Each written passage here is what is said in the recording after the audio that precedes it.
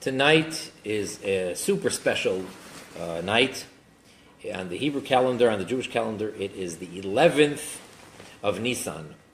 The month of Nissan is, of course, a very special month. That is the month of the redemption of the Jewish people, originally from the land of Mitzrayim, of Egypt, of ancient Egypt, some 3,500 years ago. And right in the middle of the month, on the 15th, is when Pesach, Passover, is celebrated annually.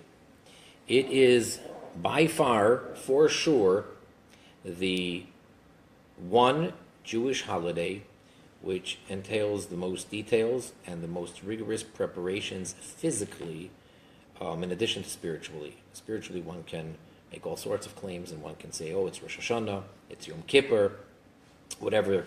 But when it comes to Pesach, the preparations are intense. And anyone who hasn't at least gotten a glimpse or seen a typical Jewish home preparing for Pesach can't imagine what it means.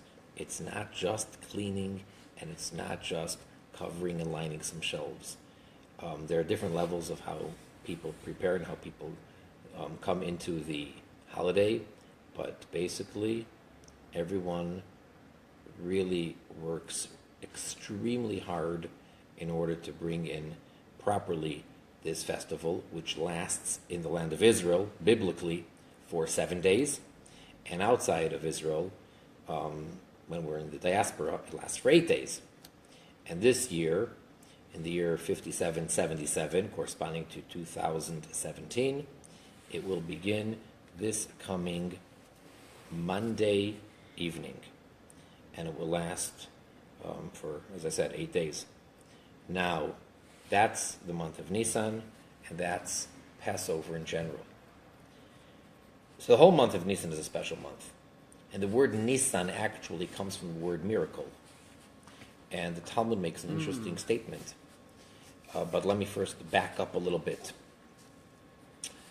For your information, what many people don't know, biblically, the Jewish months have no names.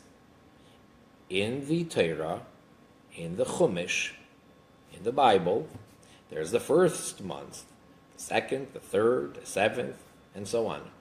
There are no names for the months. These names were only adopted after the destruction of the first temple, while the Jewish people were in exile in Bavel, which would be Babylonia or the Persian Empire, like where the story of Purim took place. So then they adopted some of the Babylonian names for the months, and to this day, they sound very, very similar to the way the Assyrians pronounce their months. So there's the month of Nisan, which is this month, and biblically it's the first month. It gets a little confusing because it's not the first calendar month. The year doesn't change on this month, but it's the first month for the months. And Rosh Hashanah and Yom Kippur, they're actually in the 7th month, which is called Tishrei. And now every month has its name.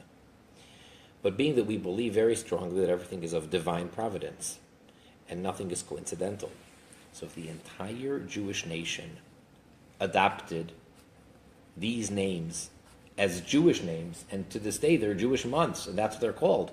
And when writing a legal document known as a shtar, that's the word for a document, writing a legal document such as a kesubah, or a get, a marriage contract, or the bill of divorce, the name of the month is written as these names now are accepted by the Jewish people for the past about 2,500 years. And this month is Nisan. Now the Talmud tells us that if someone sees in a dream certain names, certain words that have the letter Nun in them, the letter Nun. I've seen a dream with Nun in it. Okay, so that means that miracles happen to that person, and you should anticipate a miracle to happen. And if you have a double nun, I'm going to give some examples of names with double nun, then you should expect tremendous miracles, and miracles in the plural, and many of them. So Nissan, the first letter is nun, and the final letter is nun.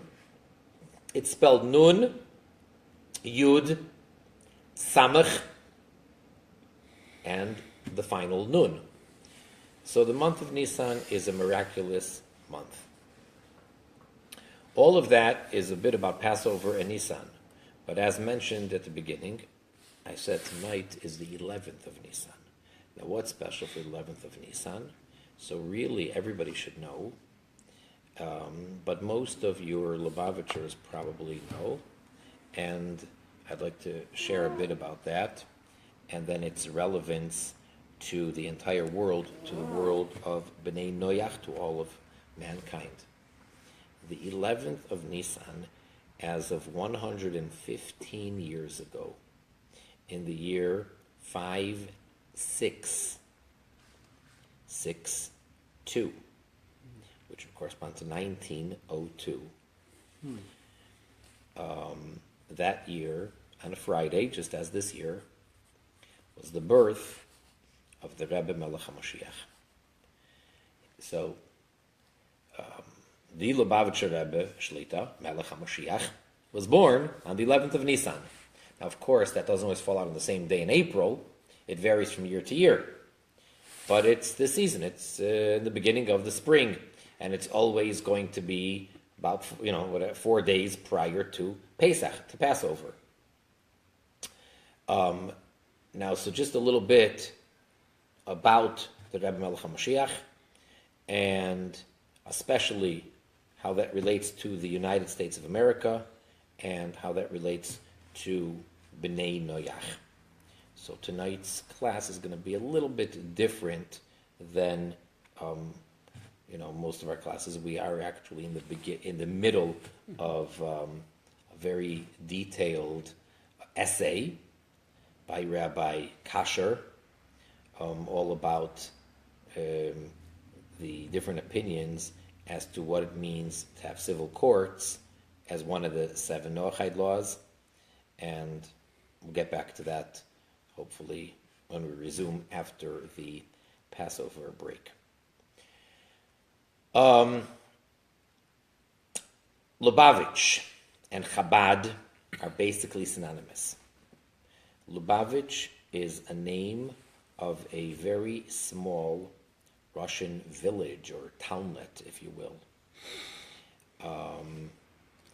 And Chabad is a Hebrew acronym for Chachma, Bina, Das, the 3 levels of intellect, wisdom, understanding, knowledge is the way they translate them into English, but really a word in English probably doesn't really do justice, because you have to explain the concept of what Chachma is, what Bina is, and what Das is.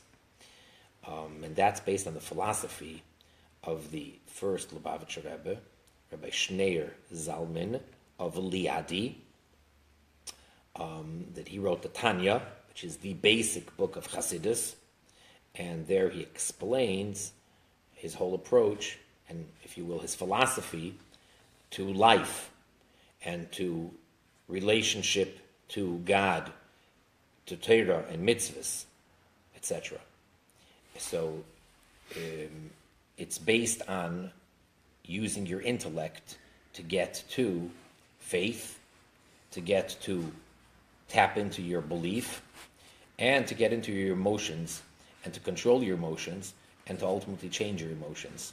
That's what Chassidus is, and it's the tool that you're supposed to use, according to the Alter Rebbe, Reb Schneur Zalman of Liadi, is your intellect.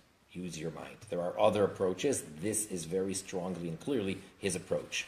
Use your brain, use your intelligence, study, meditate, in order to arouse your emotions of love towards God, fear, reverence, and all that. In those days, people were just beginning to get last names in Russia by the decree then that everyone had to have a last name, so people had to choose last names for themselves. So the Alter Rebbe, his father's name was Baruch, so the Alter Rebbe's last name was Baruchovich. The Alter Rebbe's son and successor, known in Chabad as the Mittler Rebbe, the middle Rebbe, whose name was Rebbe Doiv Ber. His last name was Shnei Uri, because of his father. And then his son-in-law and successor, the third Lubavitcher Rebbe, again known in Chabad as the Tzemach Tzedek, because of the name of the books that he wrote, the Responsa, the halachic Responsa, Tzemach Tzedek, his name was Rebbe Menachem Mendel, and he is the first person to take the name, made up the name, and his last name is Schneerson, because of his grandfather, the Alter Rebbe, Reb Schneer Zalman. So the first Schneerson ever is the third Rebbe, the Tzemach Tzedek. And from then on, that's the last name of all the Rebbes. Now, although the current Rebbe, the Rebbe Melech HaMashiach, who as mentioned was born on the 11th of Nissan in 1902, is a son-in-law of the sixth Rebbe, Rebbe Yosef Yitzchak. However, he is also a cousin, a second cousin once removed from his Rebbetzin, from his wife, if I'm not mistaken, something like that, second cousin once removed, and therefore he is the direct line in his, his paternal lineage does go back to the Tzemach Tzedek. So therefore, he is a Schneerson by birth, not only by marriage. So actually, he married the person who had the same last name. Now, it's beyond one lesson to explain what the belief of Chabad is and how it fits into all of Judaism and everything like that. It's really volumes and volumes. So let's just try to zero in on the seventh generation, the seventh Rebbe. In general, the goal is to bring Hashem, to bring God's plan into realization, into fruition. Why did he create the world? And what is the purpose? And what do we want to get to? So different people can express it in different words, a perfect world, utopia, whatever it is. But basically, in the Jewish lexicon, that's Mashiach, or redemption, Geula. Geula, which means redemption. Gimel Aleph, Vav Lamed Hey. And Mashiach is, of course, that everybody is aware of. Maybe too many people have the wrong idea and the wrong Mashiach, but the word Mashiach in whatever language, whatever religion, I can by no means claim to know all or many of the religions in the world, but I would assume that most religions, if not all, have some type of a concept of a Mashiach or Messiah or Redeemer, however they put it, and that we're all working towards a certain goal. Maybe not all, but basically that's the belief. So, as is the case in everything which is true, it was taken from Judaism. So the whole concept of a Messiah was taken from Judaism. One of the 13 cardinal principles of the Jewish faith, the way that the Rambam Maimonides breaks it down, 13 principles of faith. Number 12 of the 13 is, I believe with complete faith in the coming of Mashiach. And although he may tarry, still I daily expect and await his coming. That is principle number 12. Now, there are many, many prophecies about Mashiach and about the world, what it's going to be like prior to Mashiach, right before Mashiach, as we enter the Messianic era, and what the world will be like when Mashiach will be completely revealed and the redemption will be totally here. There are so many prophecies about that in the Nevi'im, especially, it's really in all the prophets, but especially in Yeshaya, Isaiah, and again, others have taken that and quoted it, misquoted it, misinterpreted it, whatever the case may be. But certainly, Yeshayahu, Isaiah, speaks all about Mashiach. And again, it's not just him. Treyasar, and really all of the prophets. But Yeshayahu is officially known as the prophet of redemption. That's actually what his name means. Yeshayahu, Yeshua, means redemption. And again, that may resonate in a negative way for many people because of the association of what it sounds like, but we're not getting into that now. Now, Each leader of a generation, each Jewish head, which we believe is the successor to Moshe Rabbeinu, to the original Jewish leader Moses, has, in general terms, the same function or the same job, if you will, as all the others that precede him and that succeed him. However, based on the situation of the world and based on all of the factors, it may express itself in detail in different ways. For example, one of them may be specifically here to teach Torah to the masses. Another one may be here to give them encouragement and not to lose hope. Each one depending on the situation of the world at the time. Now, without going into many details, because there are many, many details in this little piece of Chabad history, in 1950, on the 10th of the month of Shvat, in January of 1950, the sixth Rebbe passed away, Rabbi Yosef Yitzchak Schneerson. He had three daughters, one of which was already killed by the Nazis in the Holocaust, along with her husband. So he had remaining two daughters and two sons-in-law. The younger of the two is the Rebbe Melech HaMoshiach, who, as mentioned, is a cousin even before they got married, before he married into the family. And as much as he tried to conceal his piety and his being a righteous tzaddik, a saint, as much as he tried to conceal it, people were able to pick up and to sense that this person is not an ordinary person. This person is far above and beyond anybody. And people realized right away that he is the next Rebbe.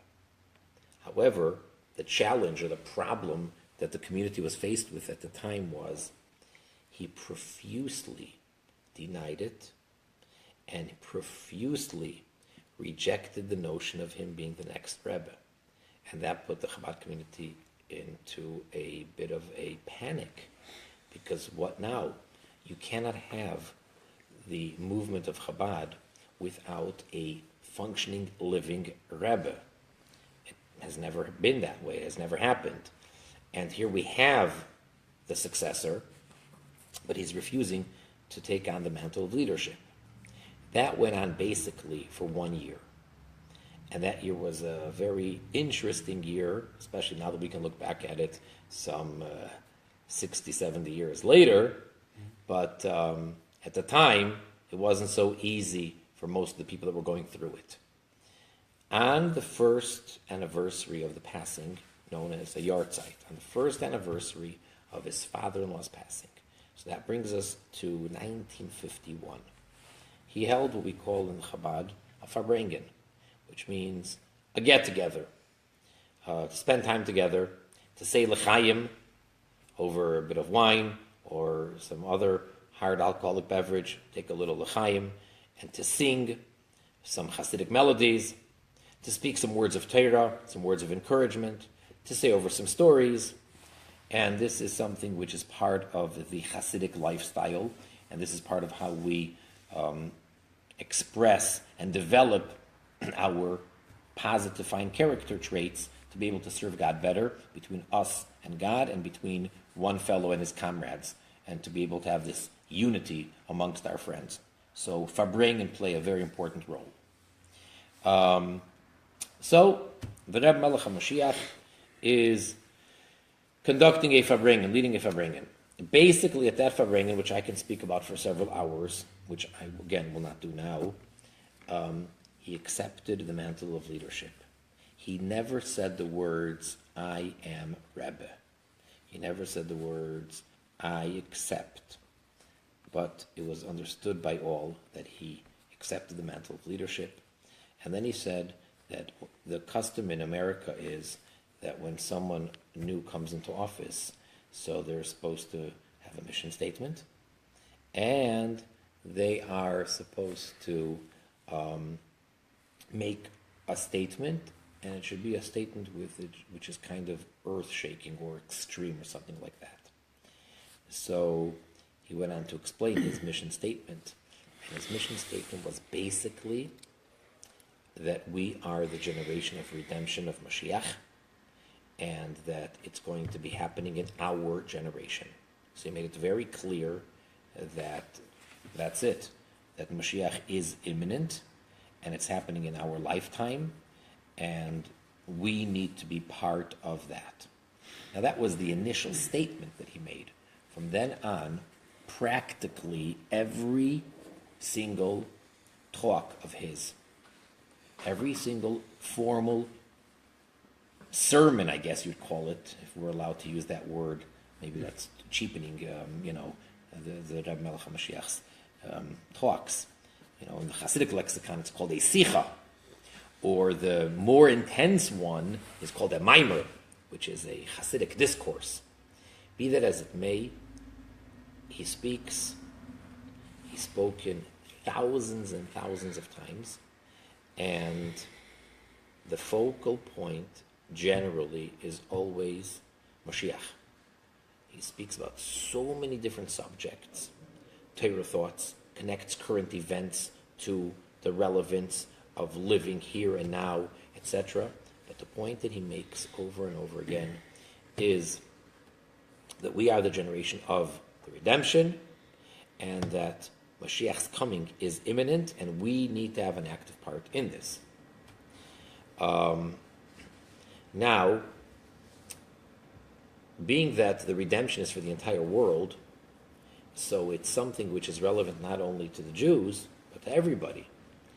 And when he introduced the promotion of the 7 Noahide laws, so again, connected it with Mashiach, saying that this world is not a jungle, and this world was created with a purpose, with a goal, and therefore everybody needs to be a participant in that. And that's how Sheva Mitzvahs come in, that everybody needs to be made aware of their obligation of keeping the 7 mitzvahs b'nei Noach, and this is the way that the non-Jewish world makes this world a proper place, a dwelling place for Hashem, and enables the Jewish world to be able to bring and reveal the essence of Hashem in this world. Now, one idea that he very strongly promoted is what's known as a moment of silence. Initially, towards the beginning of his leadership, it was a prayer that they should have in the public school system, a prayer. But a lot of people, and amongst them Jewish people and observant Jews, were getting very nervous, because how are you going to make a non-denominational prayer, or whatever prayer you're going to do, you're going to perhaps be offensive to other religions, and how do you deal with that? So pretty much the movement in the government that there was to have a prayer shifted to a moment of silence. And the Rebbe Melech HaMashiach spoke numerous times about the moment of silence and how important it actually is, and we should do whatever we can to see to it that the government does pass that, and that every state, and therefore every public school, should start off their day with a moment of silence. Mm-hmm. When you have a moment of silence, then you're safe, because you're not getting into what you're supposed to believe and what you're supposed to think about, and the school doesn't tell the children what to think, but the family does.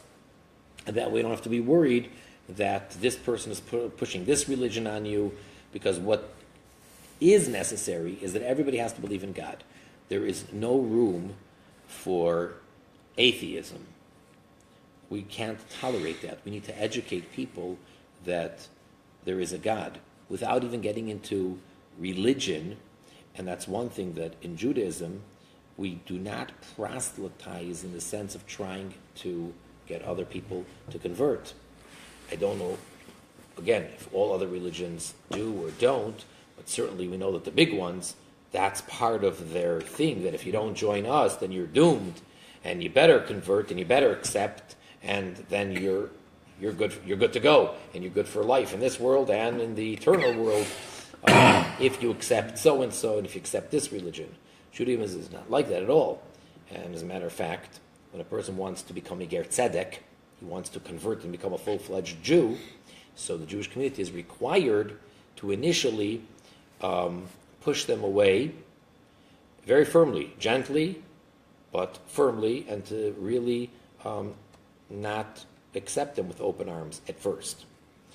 What we are required to do as a Jewish community is inform, or actually in the words of the Rambam, to compel and to force that everybody accept upon themselves the Sheva Mitzvahs, and then you get into the whole concept of a Ger Toishav, and in the times when the Jewish people have the Sanhedrin, the proper court, not like today, in the land of Israel, and they're able to control, and there's capital punishment and so forth. So then if a non-Jew wants to live in the land of Israel, we can actually force them to accept these 7 laws, and so on and so forth. So the job and the message of the Jew to the non-Jew is to accept the 7 Noahide commandments. Nowadays, where that's not possible to force them, so tells us the Rebbe Melech HaMashiach that we, the Jewish people, need to then explain, educate, and convince them. So you can't compel someone with a stick, so compel them intellectually. And when you explain something to someone in a way that they can't reject it and they can't argue, so then they accept it. So that's a form of compulsion, of if you will, use the word force, even though it's not really forcing them. So he says we have to get the message out there. Many, many times, the Rebbe Melech HaMashiach spoke about the fact that the United States of America is a government, it's a kingdom of kindness. And he uses the word Malchus Shel Chesed, which means a kingdom of kindness. And he speaks of it like with tremendous pride. It's like you can sense that he's proud to be an American citizen, which, by the way, he is an American citizen. And even his father-in-law, the Rebbe Rayatz, who came here during the war, saved his life, and he escaped the clutches of the Nazis in 1940, and he miraculously arrived here to these shores, to New York, and then that's when he settled that same year in 770, which is the headquarters. 770 is actually the address, for those who don't know, 770 Eastern Parkway, Brooklyn, New York, 11213. So 770, which is how the shul is known, and it's even referred to in Yiddish as Zibin Zivitzik, and in Hebrew, Shvamot Shivim, which is just, it's a number. It's just a number. But no, for Chabad, it's not just a number. And that's why you'll find people that have everything with 770, from license plates to phone numbers to you name it, 770. So the Rebbe Rayatz is the one who bought the building, and he moved in. That's where his apartment is. That's where he lived, and that's where the shul is, and that's what became his headquarters. A year, almost to the day, a year before he passed away, in 1949, he became a United States citizen. And they actually had to pass a new law for him because of the official reason is because of his health, his deteriorating health. He was bound to a wheelchair, and he was unable to speak. Clearly couldn't understand the speech. He had a whole bunch of different health issues after, he went through a lot. So he wasn't officially able to come to wherever he would have to go to court or to the judge to be able to take the oath and whatever to become the naturalization and become a citizen. So they came to him, and it was a first. They passed the law so a representative, so the judge came and the lawyer came, and they came to 770, and there's actually pictures of it, and there's even a film strip, a video of it. Yeah. And, he signs, the various different documents, and then he raises his hand to take an oath, and they actually ask him to do it again just for the picture. So he has a big smile, and then he does it again. Yeah. So he became a citizen. Now, the Rebbe Melech Mashiach himself also, and his wife, the Rebbetzin, so the family became citizens. And the fact that on all of the American currency, every bill and every coin, it says, "In God we trust." And the Rebbe Melech HaMashiach spoke about that many times and praises it. He's very proud of that. He says it's a beautiful thing, it's a wonderful thing, so much so that he even explains it doesn't just say, "In God we believe." It says we trust, which is a higher level, which would be known as bitachon, to have trust in Hashem, not just believe, which is very superficial, but to actually trust means that this is how you're leading your life. And that's what it says. And today, even though there was a time they took it off, one of the presidents, for a short period of time, but, Baruch Hashem, it's on every single piece of currency, whether it's paper, whether it's a coin, it says, "In God we trust." And that's a very positive thing. And likewise, what it says over there in Latin, e pluribus unum, which means from many one. Also, he spoke about that. Oh, wow, yeah, that's interesting. So all of these different things, which you can sense clearly that the Rebbe Melech HaMashiach is proud to be an American. Yeah, that's right. Yeah.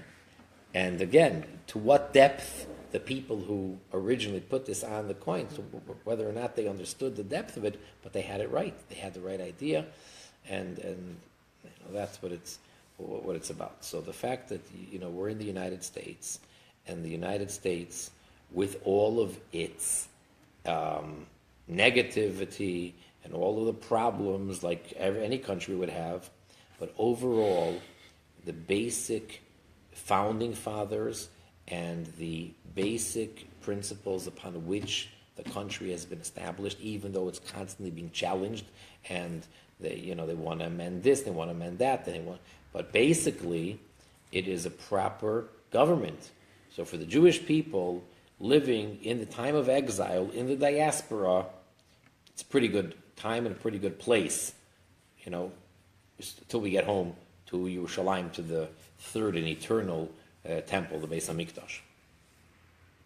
So, he really wants that there should be a moment of silence, and that the children should be educated, and then he uses the words from Pirkei Avos, from the Ethics of the Fathers, from the Talmud, that the person has to always know that there's an eye that sees and an ear that hears. And a person who always has that in mind is guaranteed to never sin, or certainly not to sin on purpose. As long as you're consciously aware that Hashem is watching your every move. He's looking at you right now and he hears you right now. So then there's no room to do what I want.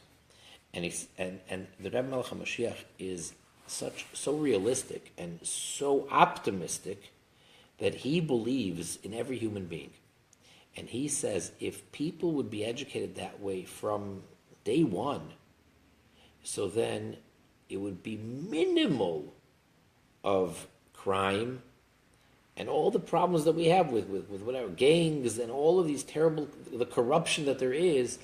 So it's because they're not educated that there is an eye that sees and an ear that hears, and this world is not a jungle. He's spoken about that many times, especially on the Yud Aleph Nissan Farbrengens. When people get together, Yud Aleph Nissan, you think, oh, Yud Aleph Nissan, it's his birthday, he's going to give us some special message about Mashiach, a message about Pesach, a message about some Torah thought, a message about how to pray with more intensity. That's all true. He speaks about those things too. But typically, on Yud Aleph Nissan Farbrengen, especially since 1982, but not exclusively, but especially since then, at least the first hour or two of the Farbrengen is pretty much devoted to speaking about Sheva Mitzvos B'nai Noach, about the United States of America, and so forth. and about educating everybody. So, in 1978, president was then Jimmy Carter. 1978, April 18th, which then corresponded with the 11th of Nissan. It was the Rebbe Melech HaMashiach's 76th birthday. It was then officially accepted and declared as Education and Sharing Day, USA. Education Day. So the government, in recognition of everything that the Rebbe Melech HaMashiach is doing for educating everybody, so they then incorporated a day, like they have all these national days. Some of them are very serious days, some of them are really good days, and then of course some of them are what they are, silly. But looking at it from its true value, they're making a proclamation, and they actually made it Education Day. So there's one day a year that the United States of America declares as the day that we're supposed to focus on education.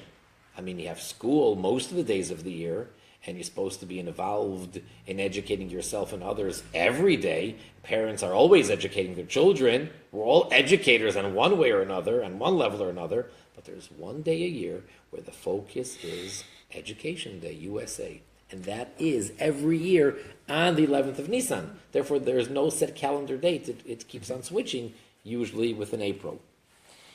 1982, President Ronald Reagan. So then he actually took it a step further, and there's all of the proclamation, and it was signed and everything, and he sent a letter to the Rebbe Melech HaMashiach wishing him congratulations for his birthday, and the Rebbe Melech HaMashiach sends him a letter back, or he sends, there was correspondence there.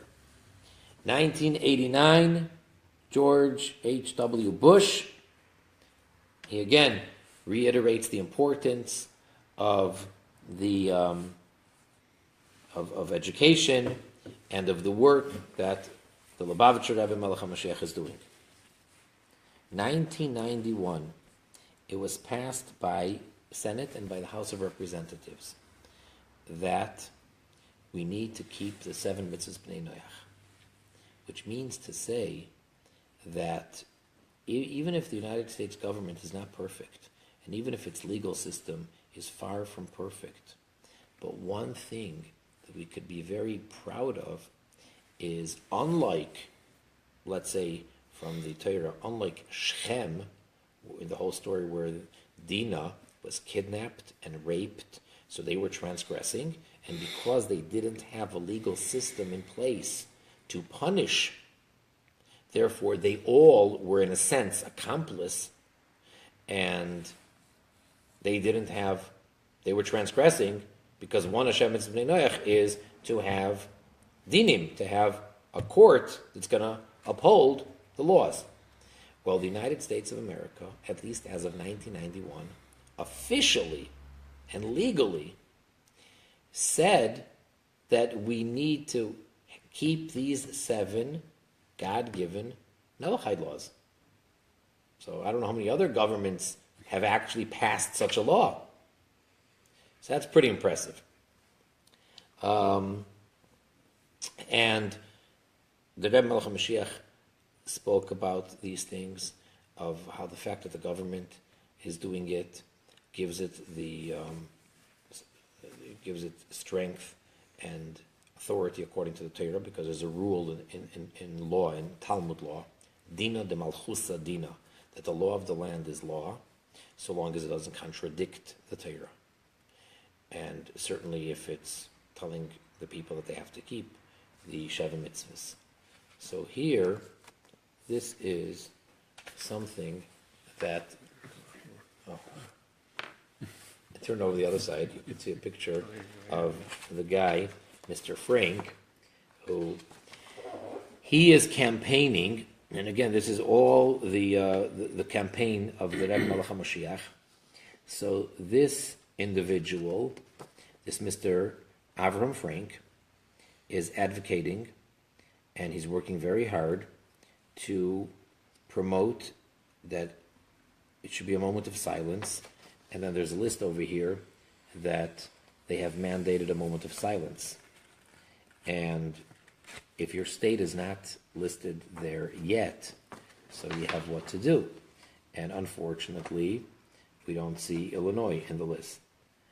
Alabama, Connecticut, Georgia, Louisiana. Do these states have anything in common, like the Bible Belt or anything?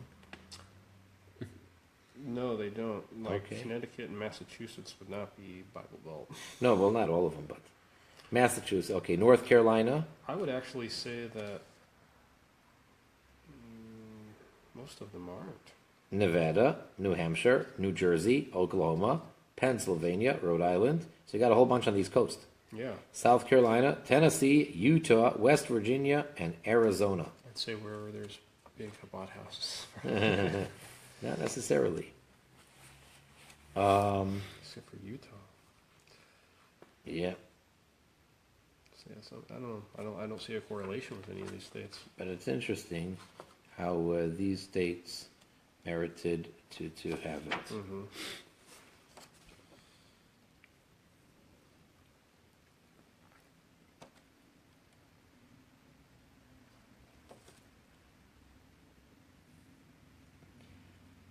Anyway, so you have his information on the back, a moment of silence. It's a P.O. box in New York, and there is a email address and a phone number, and then a website, momentofsilence.info. So there's definitely a lot of work for us to do, for either, however you go about doing it, however you want to promote the Sheva Mitzvahs, but the basic things we all agree upon, and that is that everybody's got to keep the Sheva Mitzvahs, the 7 Noahide laws, and to get the message out there. So sometimes when there's so-called politics or difference of opinions on details, even many times important details, but sometimes people tend to forget that on the basics we are all on the same page. Like today, in the world of the B'nai Noach, so there are different opinions, and it can sometimes get very heated, and this group and that group and the other group, and these people are, it's not just different people doing it their way, but sometimes people seem to be negating what the other people are doing. So I think it's really important that whatever a person's, so to say, philosophy is, or whichever group they associate with within the Sheva Mitzvahs movement, that we don't forget that we all agree that, as the Rambam puts it, that all of mankind, ideally, should keep these 7 laws because they were given by God through Moses at the revelation at Sinai. And then after that, whether you want to say that this is the way it should be done, or this is the title they should be called, those are all details, and to the individuals involved, they may be very important details, but let's not forget that we all agree what the 7 are, and that everybody is supposed to be keeping them. Now, in the Rambam, in Maimonides, the laws of the seven mitzvahs b'nei Noach are found in Hilchas Melachim, the laws of kings, right before his 2 final chapters. And those 2 chapters are the laws of Melech HaMashiach. Chapter 11 and 12 of the laws of kings are dealing with and speaking with how to identify who the Messiah is and what's going to happen in the world, or what won't necessarily happen in the world at the time. And when you go through chapter 11, one who knows even a little bit about the personality and about the accomplishments and about the goals and the successes and the campaigns and the teachings of the Rebbe Melech HaMashiach can't help but right away see the correlation in the description that the Rambam makes in chapter 11, and it's so clear that the Rambam is describing who Mashiach is, and the Rebbe Melech HaMashiach fits that to a T. And it all comes together. The fact that he's telling us the message of redemption and doing all these things that Mashiach is supposed to do, that he's totally involved in Torah study, and he's teaching Torah to others, and he's making this world a better place, tikkun ha'olam, l'sakin olam, and any breach that there is in Judaism, he's correcting, but to reach out to the non-Jews, that itself shows that this is a world leader, and his vision is such that in the early 1950s, when he would speak about his vision, it seemed like completely out of reality. This is a very charismatic person. This is a very, very optimistic person. This is a big believer. But hey, come on. And then you fast forward just a few decades later and say, wow, he has succeeded. He has accomplished all that. There are centers throughout the whole world. He has shluchim, emissaries as they call them in English, that were all over the whole world. And his message has reached so many people. Wow. So you could say, well, it's because of technology. Hey, technology is available for everybody.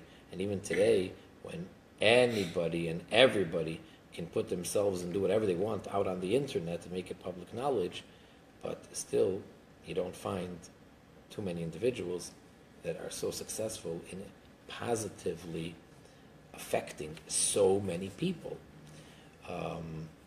It's just, this is a true leader. And he said, though, almost exactly 26 years ago, right after Pesach, on the 27th, going into 28th of Nissan, a few days after Pesach, will be, so to say, the anniversary of that talk, where he gave a very famous, very intense talk, where he said very shocking words. Basically what he said was, everything that has been accomplished and everything that has been done until now is worthless, has been in vain. Why? Because we still are in Golus, we're still in exile. So as much as we've accomplished, and as much of awareness as there is, and goodness and kindness that has been spread, that's not it. There's a goal that we're supposed to get to, and we're supposed to get there already. So that talk was said with tremendous, tremendous pain. And he actually said, I'm giving it over to you. And he gave over the mandate and the mission of bringing about Mashiach to every individual. So since then, there's the Mashiach campaign, where we're doing everything and anything possible, but obviously not enough, because we're still here, almost 26 years later, to bring about Mashiach. So this is really what his whole focus point is all about, and that's what his one goal is. So the fact that he's accomplished volumes and volumes of great things for the whole world, for the Jewish nation, for the non-Jewish people, for all of mankind, for everyone, is not good enough. That's not his goal. His goal is that we have to have the actual complete redemption, and then all the things that it says in all the prophecies, when we have the Holy Temple, and all the nations of the world are serving Hashem in unison, and they're all flocking towards the temple in Yerushalayim, and all the things that it says. And basically, in a spiritual sense, that Hashem, God, is totally, totally revealed for all to see in the entire world. That's his goal, and that is perhaps the message or a message of the 11th of Nissan. Because we know that when a person is born, we believe that they're given a certain number of days to live. And everybody, especially a righteous person, but everybody, has their particular mission in life. In general, we all have the same mission, and that is make this world a home for God. But how do I do that differently than you, so that everybody has their own little way that's different? In general, it's all the same, but in detail, it's a little different, because no two people are identical. So one person was going to do it with his intellect. One person will do it with his emotion. One person has this type of talent. One person was going to do it by supporting financially. The other person is going to do it because he's a tremendous writer. The other one is a tremendous speaker, auditor. I mean, it goes on and on and on. So everyone has to make their contribution to the general mission that we're all in together. So by a tzaddik, we know that the reason why his yahrzeit, the day that a tzaddik passes away, is such a tremendous day, is because that means that that's the day that he accomplished what he needs to do. Now, without getting into the whole subject of the belief or the proof from Torah texts and from the Rebbe Melech HaMashiach's own words that he is still alive in a physical body, and what that means, and that's a whole discussion for itself, and that according to his own words, his life continues even in the physical, but one very simple, logical proof to that is that there is no such thing as a yahrzeit when it comes to the Rebbe Melech HaMashiach, is because if in fact the mission of his life is to actually bring about the redemption in its fullest literal sense, meaning that the third holy temple is to be in Yerushalayim on the Temple Mount and functioning as the first and second were, but much greater, and that God should be totally, totally revealed in the entire world, and no human being is left out. So long as we didn't get to that point, that means that he hasn't yet accomplished his life goal. And when it comes to a tzaddik, that's not an option. By a regular person, so then we may not live up to our goal. And, if Hashem wants me to do a certain thing and I don't do it, I'm not going to just continue living forever. But if you're talking about a tzaddik, he does. And that is the reason why many tzaddikim passed away at a very young age. It was tragic for the remaining people, but for them, that just means that they didn't need 120 years or whatever, and they were able to do it in 37 years or whatever. They accomplished everything. They wrote all the volumes they were supposed to write. They made all the chidushei Torah, all the novel ideas that they were supposed to, and that's it. They're done. Because many tzaddikim passed away at a relatively very young age. Because by a tzaddik, when he finishes his job, that's the day that he passes away, and that's why it's such a great celebration by a tzaddik, by a righteous person specifically. So, if a tzaddik lives to be 120, that's what it took, and so forth. So, the Rebbe Melech HaMashiach now is 115 years old, and the goal that he himself set out and made so crystal clear and said that that is his life's mission, he's written that, he's said it on numerous occasions, is to bring about the redemption in its fullest literal sense. So that's just one piece of logically why we still celebrate his birthday and why we don't, chas v'shalom, celebrate the other day. So Yud Aleph Nissan is the day that he's born, and there's an ancient custom that Jews have. The Baal Shem Tov reintroduced it, but it actually precedes him as well, I think. That in Tehillim, in the book of Psalms from King David, there are 150 chapters as we have it today. 150 chapters in the book of Psalms. Which, if I'm not mistaken, in the whole Tanakh, that's the most chapters a single book has. Mm-hmm. And you know the shortest one? Now that we're on the subject. In Tanakh? Yeah. Avadia? Very good. One chapter. Mm-hmm. Avadia, one chapter. But Tehillim, Psalms, is 150 chapters. So there's a tradition that the Baal Shem Tov introduced that each person says their own chapter based on their age. So a newborn, until their first birthday, is chapter 1. On their first birthday, they've completed the first year, and that's the day that they enter now the second year of their life. So that would be chapter 2. So if a person is 50 years old, their chapter is 51. So the chapter is always the year that you're in. So today, we switch from chapter 115 to 116. Since the Rebbe Melech HaMashiach is now completed 115 years, that means today, on the 11th of Nissan, he's entering his 116th year. Looking forward to see which chapter that is?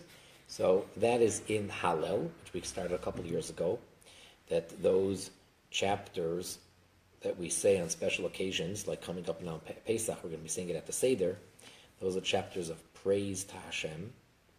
And let's take a Tehillim here. Yeah, that'll do. Okay, so in the book of Tehillim, beginning with chapter 114,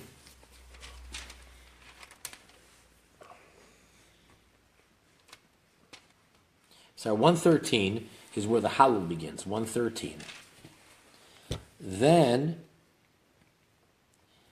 114 speaks about the Exodus from Egypt, which is what we celebrate on Pesach.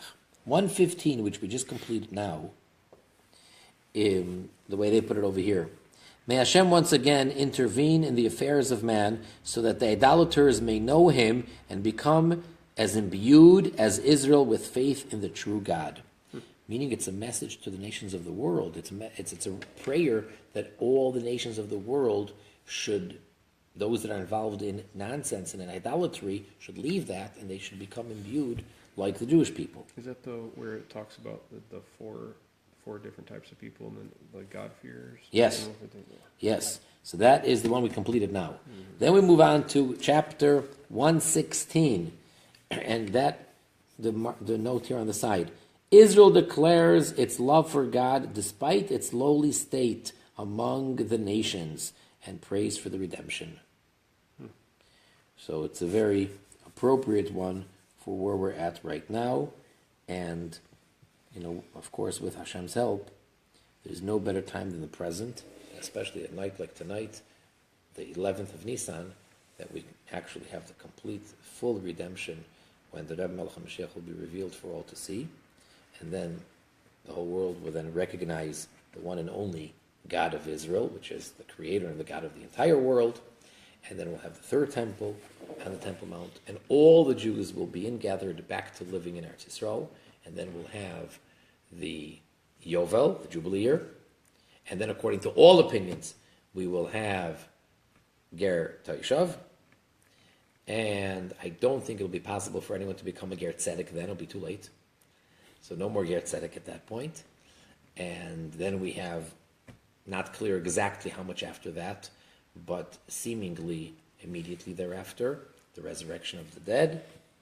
And then all the nations of the world will be able to make the pilgrimage and flock to the temple and serve God and pray to God and bring certain sacrifices like the Korban Oila, the burnt offering. They can bring that.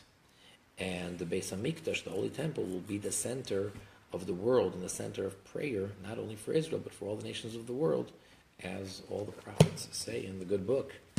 And may that happen immediately, not just speedily in our days, but immediately now.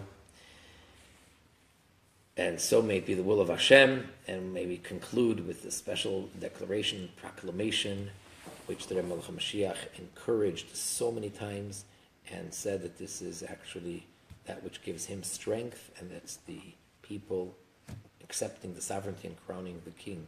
Yechi Adonenu Mereinu V'Rabbeinu Melech HaMashiach L'Olam V'Ed, which translated in English means something like, long live our master, our guide and teacher, the king, Moshiach, the Messianic king, forever and ever. That's it. So we had a shorter class.